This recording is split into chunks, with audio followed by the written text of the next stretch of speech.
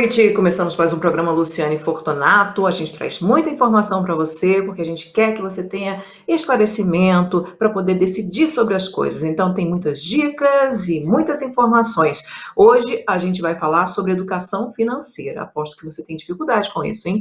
Educação financeira hoje com Felipe Mondaini. Também temos a Daniela Vogel, que é enfermeira, e vai falar um pouquinho aí para você que, de repente, está nessa faixa que vai vacinar contra a influenza e também está no grupo que vai vacinar contra a Covid, e está fazendo aí uma confusãozinha, quem é que deve vacinar primeiro, se eu vacino primeiro contra a Covid ou se eu vacino primeiro contra a influenza. Então ela vai tirar essa dúvida e ela vai esclarecer um pouquinho sobre esse protocolo aí, qual é a vacina que você deve dar prioridade, mas todas são importantes, isso é legal da gente falar para você. E hoje também a gente vai ter a Caroline Graciani, vai falar um pouquinho sobre como você pode inserir o seu filho, sua filha, na literatura, como pode, de repente, explicar para ele, né, dar esse exemplo aí desse hábito de ler, né, como o seu filho pode começar a ler mais, e onde você pode encontrar, inclusive, lugares que você tenha livros, né, infantis, e de graça, sem você gastar muito. Então, tudo isso e muito mais daqui a pouquinho, logo após o intervalo. Não saia daí.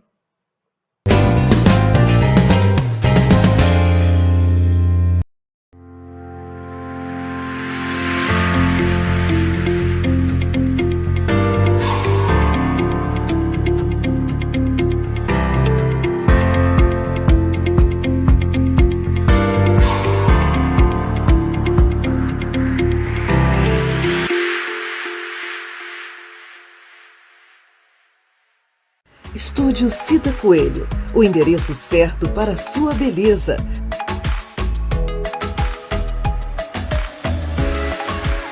Cortes, luzes, escovas, alongamento de unhas, design de sobrancelhas, maquiagem e depilação.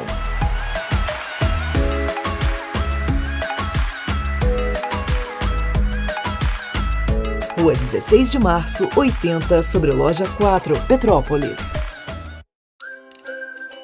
Pet da Tia Lu, um espaço voltado exclusivamente para higiene e estética pet. Serviços de banhos para todos os portes, banhos terapêuticos, tosa para raças específicas e profissionais com especialidade em tosa na tesoura. Amor, carinho e respeito pelo seu pet.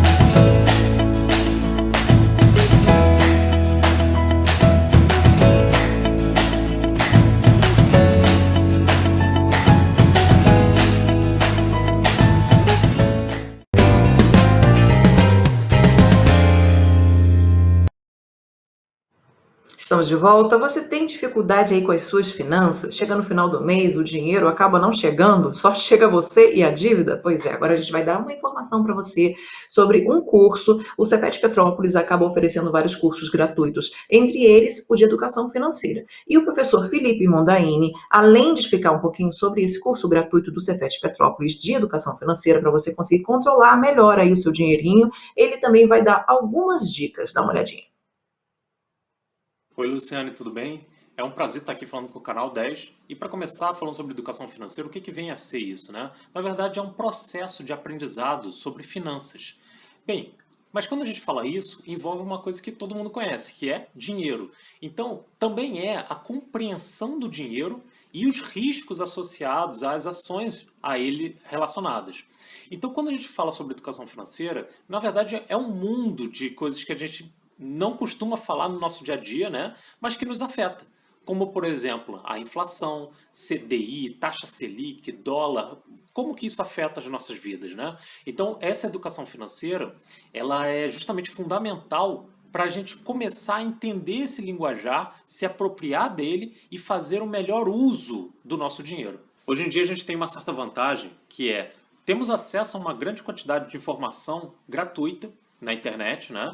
Porém, é difícil às vezes selecionar o que de fato foi feito com qualidade, tá? Porém, minha primeira dica seria o seguinte: pegue uma folha de papel e coloque lá receitas e despesas. Conhecer justamente quais têm sido os nossos gastos, colocar isso na ponta do lápis, faz com que, de fato, a gente reflita sobre quais são as nossas prioridades. Então, por exemplo, o uso do cartão, como é que está, se está um uso exagerado ou não, se a gente utiliza o cartão de crédito para prolongar ou postergar pagamentos, ou usa isso como um planejamento financeiro. Como que ficam as dívidas relacionadas a esses instrumentos financeiros? Tá? Essas são as nossas dicas iniciais. O Cefet Campus Petrópolis, localizado bem no centro da cidade, ele possui diversos cursos de extensão que são voltados para o grande público. E todos eles gratuitos. Esse nosso de educação financeira ele vai ser composto por um total de 9 encontros, todos online, tá legal? Toda terça-feira, de 6h30 às 8h.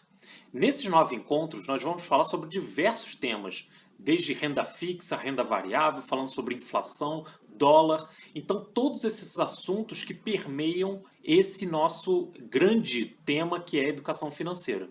Legal? Geralmente as pessoas são muito imediatistas. Elas querem saber como elas vão fazer para ficarem ricas em pouco tempo. Mas, na verdade, não é isso que trata um curso de educação financeira. Como ele é um processo, a gente vai aprender a como organizar melhor nossas contas, como evitar dívidas, como você pode fazer para planejar melhor o seu futuro. Eu sempre faço analogia com, por exemplo, uma academia. A gente faz uma academia por qual razão? Porque a gente está pensando na nossa saúde lá na frente. Né? A mesma coisa acontece com a educação financeira. Se você fizer um bom planejamento hoje, se você fizer uma boa educação financeira hoje, você certamente terá um futuro muito mais tranquilo. Existem algumas maneiras de vocês saberem um pouco mais sobre o nosso projeto. Uma delas é acessando nossas mídias sociais. @projeto edfinanceira no Instagram, canal no YouTube Felipe Mondaini. Pelo e-mail, vocês podem nos mandar um e-mail que a gente tira todas as dúvidas acerca do nosso curso, que é projetoedfinanceira21@gmail.com. E pelo Instagram do próprio Cefet, que é @Cefet Campus Petrópolis. Lá vocês vão ter informações sobre as diversas atividades que o Campus Petrópolis tem desenvolvido. Tá legal? Muito obrigado. Tchau, tchau. Pois é, agora mudando de assunto, vamos falar sobre saúde. A gente sabe que a vacinação contra a Covid está acontecendo, está um pouco devagar, né, gente? Então a gente está aqui esperando os idosos de 40 anos, até agora não chegaram, mas a gente tem fé que vai dar certo, que todo mundo vai ser vacinado, enfim, a gente vai conseguir controlar a Covid no Brasil e aqui no município. Agora, está rolando também a vacinação contra a influenza. Então, as pessoas ficam um pouco confusas, afinal de contas, qual é a vacina que eu tenho que dar prioridade? Quem vai explicar um pouquinho para você agora sobre isso é a Daniela Vogel, que é enfermeira. O assunto agora é vacinação, mas não é a vacinação contra a Covid, é a vacinação contra a influenza, que começou no dia 12 de abril e vai até o dia 9 de julho. Quem vai falar um pouquinho para a gente sobre isso é a Daniela Vogel, que é enfermeira e também coordenadora do curso de enfermagem da Estácio de Sá. Olá, tudo bem? Como vai? Tudo bem? Muito prazer, viu? Prazer é todo meu. Conta pra gente, as duas vacinas são muito importantes, né? A gente está nesse momento aí em que a vacinação da Covid está funcionando, né? A gente está um pouco devagar, mas está funcionando. E começou a vacina contra a influenza. Tem algum protocolo novo esse ano por conta dessa vacinação contra o coronavírus? Isso. Então, na verdade, a prioridade é a vacinação do coronavírus, né? O que o Ministério da Saúde fez? Para tentar não chocar essas vacinações, ele, esse ano, começou a fazer o calendário da influenza inverso, né? Então, a prioridade do atendimento das vacinações da influenza agora são as gestantes, né? E as crianças menores, e os idosos, eles vão seguir mais tarde. E teve uma inversão, então.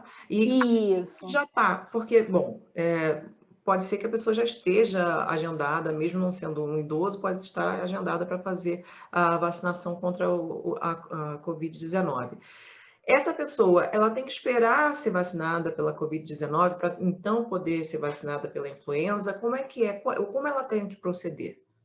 Então, a prioridade é sempre a vacina da Covid. O que acontece é o seguinte: o Ministério da Saúde preconizou um intervalo entre uma vacina e outra, ou seja, entre o término da vacina da Covid e a vacinação da influenza. Esse intervalo são de 15 dias, né? Se a pessoa não tomou nenhuma vacina, ela pode começar pela influenza, espera 15 dias e faz a da Covid, faz o esquema fechado da Covid. Se ela tomou a primeira dose da Covid, ainda da segunda dose, e ela não pode tomar a da influenza, ela tem que esperar fechar o cartãozinho dela, né, o calendário dela da vacina, ou seja, ela toma a segunda dose e após 15 dias da segunda dose é que ela vai tomar a da influenza. E a pessoa que já contraiu a Covid-19, como é que ela tem que proceder? Então, quando ela já contraiu a Covid, tem que esperar 30 dias, né? A gente conta 4 semanas após o início dos sintomas para ela poder iniciar a vacinação. Para poder ter a certeza de que o vírus não está mais, né, com a carga viral. Agora, deixa eu perguntar uma outra coisa. Só para reforçar, você tem alguma outra informação para a gente finalizar que você acha que seja interessante para o espectador? Eu tenho. Eu ouço muito as pessoas falando, né, da importância, que sem sombra de dúvida é fundamental, a importância do uso das máscaras, a importância do álcool gel, a importância da lavagem básica das mãos, mas as pessoas esqueceram de um cuidado, que é muito importante, que eu não escuto mais falar, e isso me incomoda bastante, que é o chegar em casa, deixar o tênis, o sapato do lado de fora, ir direto para o chuveiro, tomar banho, e aquela roupa que ele veio da rua precisa de ser lavada. Esse é um cuidado muito importante, porque hoje nós não estamos mais no lockdown, né? Nós estamos trabalhando, nós estamos na rua, né? As pessoas estão circulando numa quantidade menor, mas estão circulando. Então, se esse cuidado ele for retomado, eu tenho certeza que a gente vai conseguir diminuir esse número absurdo de internação e de infecção. Muito bem lembrado. Eu quero agradecer a sua participação. Você quer deixar algum contato? Isso, eu gostaria de deixar o meu e-mail, tá? Se vocês quiserem fazer alguma pergunta, meu e-mail é daniela1vogel@yahoo.com.br. Vocês podem estar mandando e-mail para mim. Perfeito. Mais uma vez, muito obrigada pela sua participação. Eu conversei com a Daniela Vogel, que é enfermeira e é coordenadora do curso de enfermagem da Estácio de Sá, e falou um pouquinho aí sobre os protocolos, já que começou a vacinação contra a influenza no dia 12 de abril e vai até o dia 9 de julho, e também estamos tendo a vacinação contra o coronavírus ao mesmo tempo. Lembrando que as duas vacinas são muito importantes. Tchau, tchau. Muito obrigada.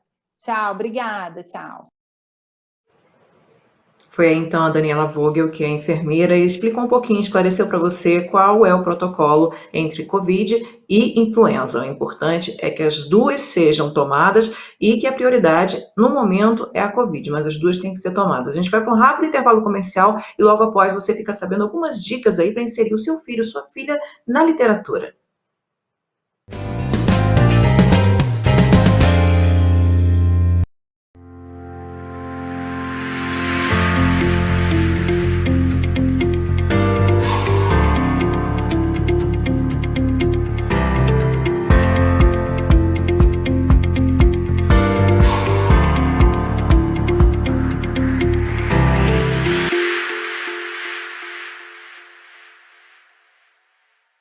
Estúdio Cida Coelho, o endereço certo para a sua beleza.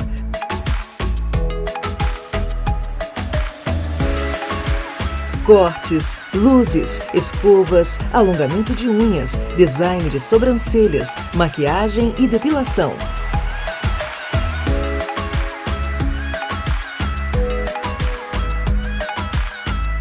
Rua 16 de Março, 80, sobre Loja 4, Petrópolis.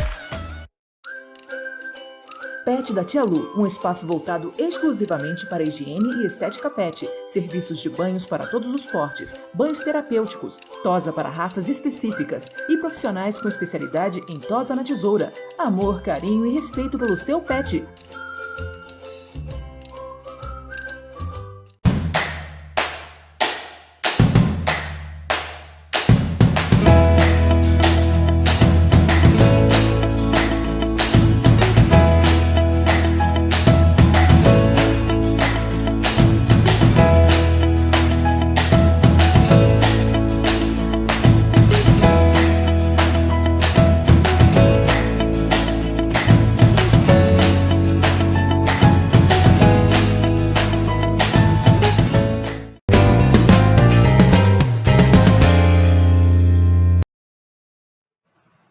Voltamos e o assunto agora é literatura, é ensinar seu filho a ler, a ter o hábito de ler. Já é comprovado que crianças que leem, elas são crianças que pensam melhor, são adultos mais seguros e têm capacidade cognitiva muito maior. Por isso, é importante incentivar o hábito de leitura desde pequenininho. E a gente vai explicar para você como você pode fazer isso com a pedagoga Caroline Graciani.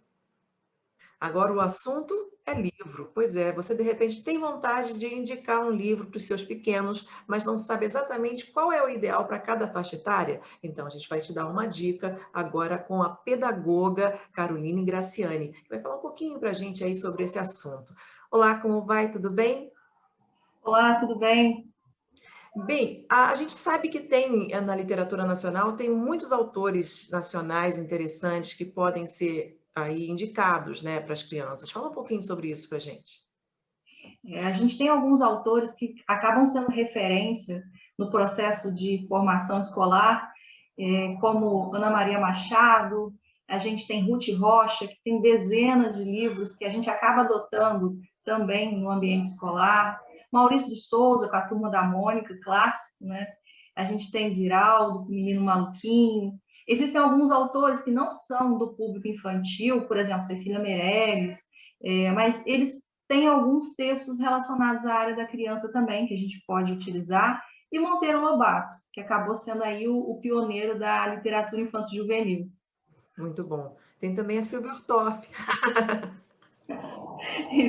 Tem também. A gente tem uma série de livros, até mesmo dá para citar alguns autores que estão começando agora, professoras também que acabam criando histórias dentro do contexto da escola. Então, tem bastante autor nacional importante para a gente pesquisar. Só para contextualizar, eu citei a Silvia Ortoff porque, além dela ter morado aqui em Petrópolis, eu faço parte do grupo de teatro que encena os espetáculos dela. Então, é por isso que eu puxei um pouquinho Importante citar. para minha brasa. Bom, aí a pessoa está lá em casa, quer indicar o livro, mas ou então é aquela pessoa que não sabe exatamente o que indicar, o qual tipo de livro que é mais interessante para cada uma das faixas etárias? Eu costumo dividir as indicações de leitura acompanhando a fase de desenvolvimento da criança. Então, por exemplo, de 0 a 3 anos, que é o momento da creche, o ideal é a gente trazer livros, livro de pano, livro de plástico mesmo para você utilizar na hora do banho. Ela vai folheando aquele livro de plástico no momento do banho. Livros que a gente chama de livro brinquedo, às vezes vem uma parte de quebra-cabeça, uma parte que ele abre, que ele monta. Então, essa fase que a criança está começando a conviver na escola, é importante o manuseio. Então, livros que tenha cor, textura, isso vai atrair a atenção da criança. Embora ela não leia ainda, mas ela já vai manuseando o livro. Isso a partir dos 3 anos. E daí em diante?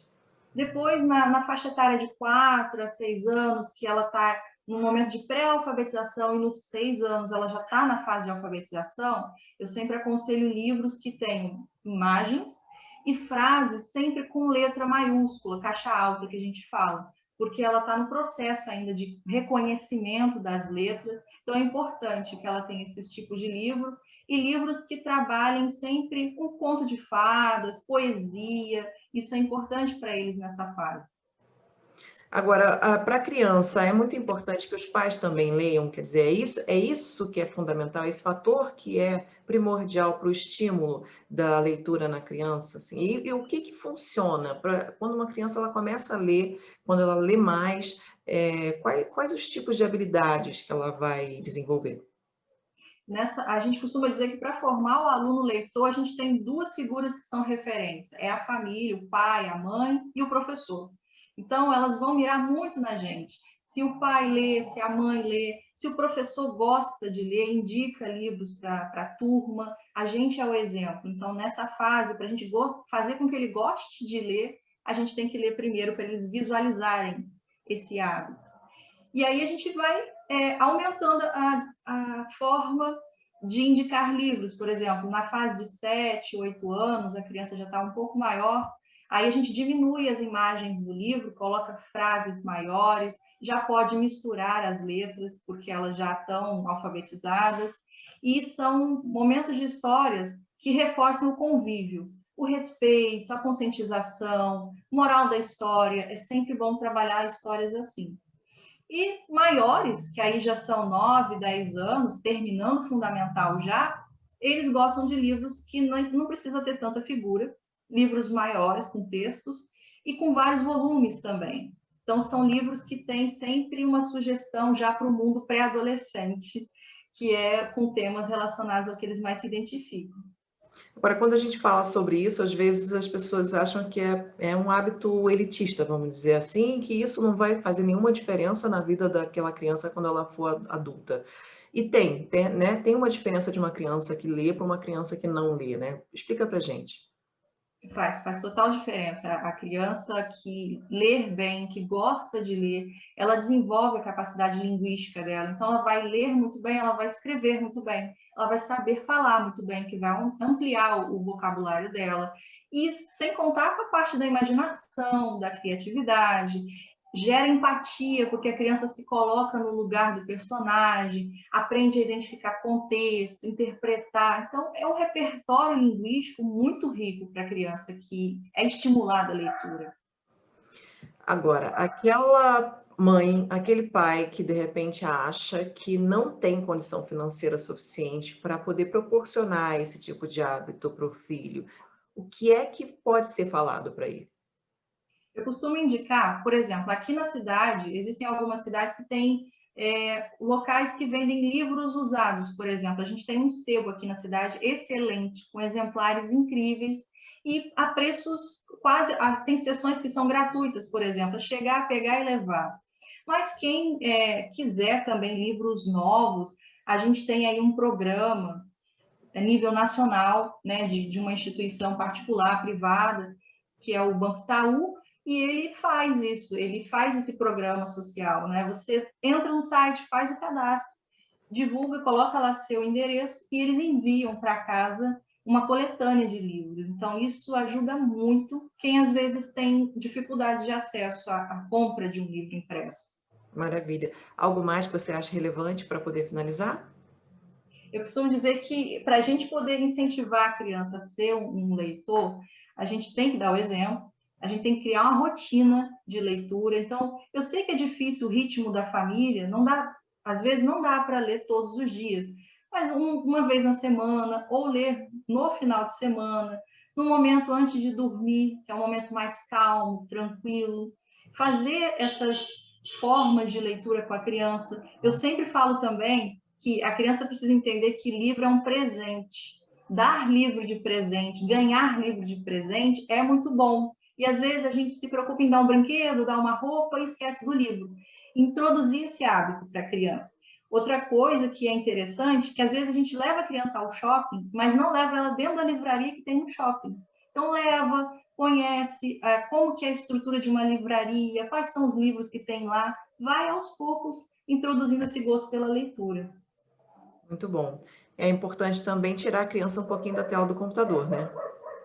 Exato. A gente tem aí o recurso digital, né? A gente tem livros que são autorizados em serem reproduzidos em PDF. A gente tem, é importante, é um recurso que a gente não deve abandonar, tem que utilizar, mas para a criança, o livro físico é o mais importante, porque ela não pode ficar o tempo todo exposta à tela. A gente tem algumas pesquisas que falam que as crianças de hoje, elas têm muito mais problemas oftalmológicos devido a essa exposição da luz, da tela do celular, do tablet. Então, se a gente puder evitar um pouquinho, controlar, limitar o tempo dela de uso, é importante. Muito bem. Quero agradecer pela sua participação. Eu conversei com a Caroline Graciani, que é pedagoga, e falou um pouquinho aí, deu algumas dicas para você que quer estimular o seu filho à literatura. Muito obrigada mais uma vez. Tchau, tchau. Obrigada. Tchau.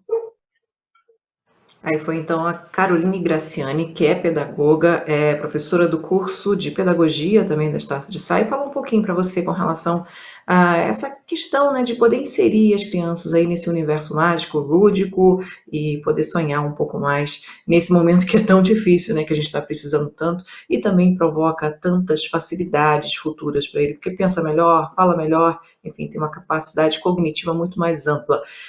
E a gente vai ficando por aqui, agradeço pela sua audiência. O programa Luciane Fortunato tenta trazer informações no geral, em vários temas, vários assuntos para você poder ter uma decisão melhor na sua vida, com dicas, com informações, com tudo que possa ser bem esclarecedor para o seu dia a dia. Então a gente vai ficando por aqui. Agradeço pela sua audiência. Lembrando que o programa Luciane Fortunato também está no YouTube. Se você quiser saber mais sobre esse programa ou outros programas, você pode ir lá no meu YouTube, Luciane Fortunato, e no meu Instagram também, Luciane Fortunato, com 2 T's no final. Muito obrigada, um beijo, tchau, tchau.